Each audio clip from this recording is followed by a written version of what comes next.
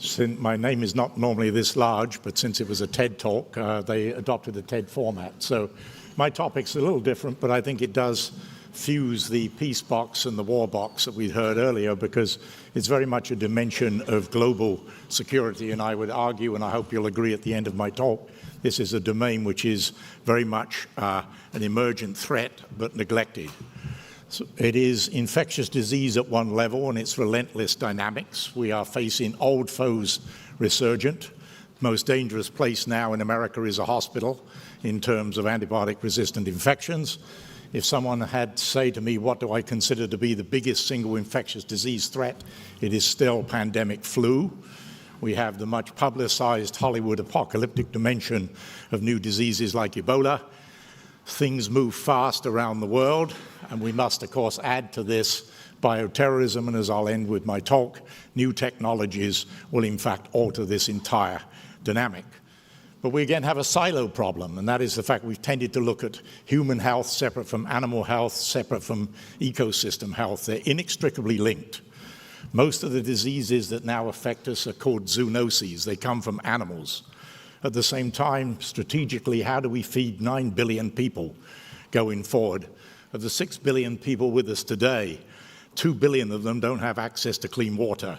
Almost 1 million don't have access to adequate water. We're depleting natural resources. New patterns of agriculture are giving rise to new patterns of disease. Climate change is altering vector spread. And it would be generous to say that the World Health Organization even has a biosurveillance. Let us euphemistically call it fragile at best. But it is this disease burden, apart from its horrific impact on those affected, is in fact a source of global instability. Inadequate infrastructure, so there is Ebola. At the same time, distrust of authorities, an individual who escaped from a quarantine facility being bundled back in. The dreaded triad of poverty, illiteracy, combined with infectious disease, the omnipresent issue of famine, 40 million orphans courtesy of HIV in Africa has fueled the child soldier problem. We could, in fact, for the refugee crisis, actually put the Congo there rather than the much more publicized one in Europe. But either way, the military implications of this are substantial, either by humanitarian intervention or when the military has to be deployed to a hot zone, courtesy of the economic, political instabilities that these types of burdens will create. At the same time, in the world of global transport, with almost 1 billion people moving around the world, we have rapid spread. We had 5 cases of Ebola passively transferred to the United States, at the same time that 1.5 million cases of chikungunya were spread in the Caribbean basin. The reason most of you didn't know about it is because it's too complex a word for most newscasters to pronounce. But we have to basically look at this in terms of the context of a comprehensive global biosurveillance.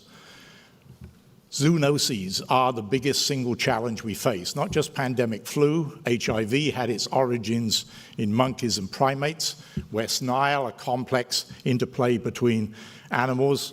MERS in the Middle East. Ebola, probably the primary vector and reservoir source is bats. A huge bushmeat food chain in Africa. And of course, the tragedy that we're seeing now unfolding courtesy of Zika with microcephalic children. Bottom line is what's out there. Because we have almost 1 million people a day moving into urban zones. 52% of the world now lives in urban zones, and a significant fraction of those live in slums. The worst possible situation, high population density for the transmission of infection, and those urban megapoli, particularly in Asia, Africa, and South America, are pushing out into virgin eco-terrain, where in fact we there find these new exotic organisms that we've never seen before, the zoonotic threat, courtesy of urbanization, and of course, once again, inadequate infrastructure. Military operations must consider operating in collapsing urban environments. The Joint Urban Operations Doctrine gives scant attention to this. It is not simply the lessons of Iraq and Afghanistan, it's more a Mogadishu on steroids. How do you protect the force when deployed into a hot zone, as they were in the case of Ebola? But it is a collapse in civil disorder will be the norm in these urban megapoli into which they will be deployed. And if you look at the quadrennial defense review, this issue barely surfaces at all. If there's one thing where we should be investing, it is biosurveillance, our capability to understand what's out there, and there are three dimensions to that, as there is in any intelligence. How do you find out what is out there to profile it? Finding the genetic signatures of these new organisms, having rapid, deployable point-of-care mechanisms to detect it, and then to have real-time situational awareness to respond to that threat.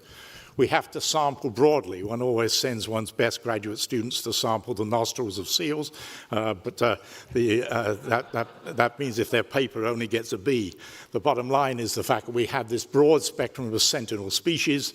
Real time, the beast on the hip has become a very real mode of reporting information, upload that information for real-time intelligence, whether it be the distribution of infection in Washington, D.C., the availability of hospitals, movement, and so forth. Critical issue to move from ground zero data to real-time intelligence. But if you don't have drugs and vaccines, isn't this a telling picture? There is a physician from the bubonic plague in the 15th century. Note the resemblance when we have no drug and no vaccine in Liberia, a telling similarity. It's a societal choice. Do we want vaccines or Viagra? We've basically got out of the business of making new vaccines simply because we're not prepared to pay for them.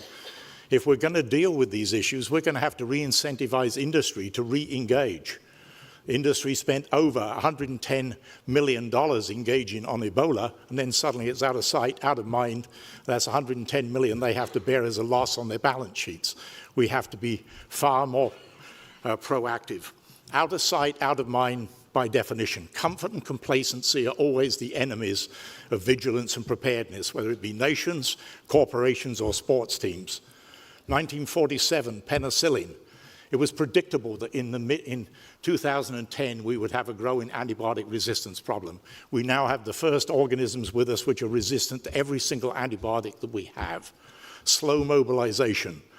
Polio was a national priority. We mobilized all skill. It was a war against polio. Now, so there is a national blueprint for biodefense from Tom Ridge and Joe Lieberman, which I was pleased to serve as a member of that. It's a devastating indictment of the absolute lack of preparedness of this nation, indeed global preparedness against whether the assault be natural organisms or bioterrorism. And since 9/11, we have basically dissipated billions of dollars with no real response, and most importantly, no accountability for that. And then there's the future, where I basically live. The question was raised earlier this morning. We're in the era of digital biology, it from bits. Every piece of DNA is merely digital. I can send it around the world and have a virus synthesized on the other side of the world the next day. That's where we are. At the same time, dual-use technologies, the same information being used for beneficent purposes and malevolent purposes. That threat is growing, but it's no longer bugs. It's the circuit diagram of every one of the 276 different cell types that exist in your body. That's obviously the future of precision medicine, but it is also the future that if we know the circuit diagram, we can screw it up. And obviously one of the obvious issues of great concern is that in relation to cognitive and sensory functions in the brain. And if we think we are alone, the biggest genetic center in the world is in China. That's the Beijing Genome Institute with a powerful computational capacity. At least the intelligence community understands this. This is D&I Clapper's recent report, and gene editing now makes the top 6 threats that he views as the most existential. But what we have to bear in mind, ladies and gentlemen, is the fact that this is a technology diffusion which was emphasized this morning. It's quick, it's rapid. High school students can do some of this now. What a person won a Nobel Prize for 20 years ago, my grandchildren are doing. The Chemical and Biological Weapons Convention is totally outmoded. This is not some saturation stuff dropped from the sky. This is very subtle bioengineering, and this is here, ladies and gentlemen, today. This is not something for tomorrow. So I've given you a very superficial surf across a very broad, multidimensional challenge. We have to think about health now on a global scale, not just about us, anthropocentric dimensions, but the interrelationship of human, animal, and ecosystems, Globalization and urbanization are giving rise to new disease patterns. Those will inevitably result in military intervention, whether humanitarian or overt conflict. We need to have global biosurveillance capabilities. Private sector must be re-incentivized to invest in this area.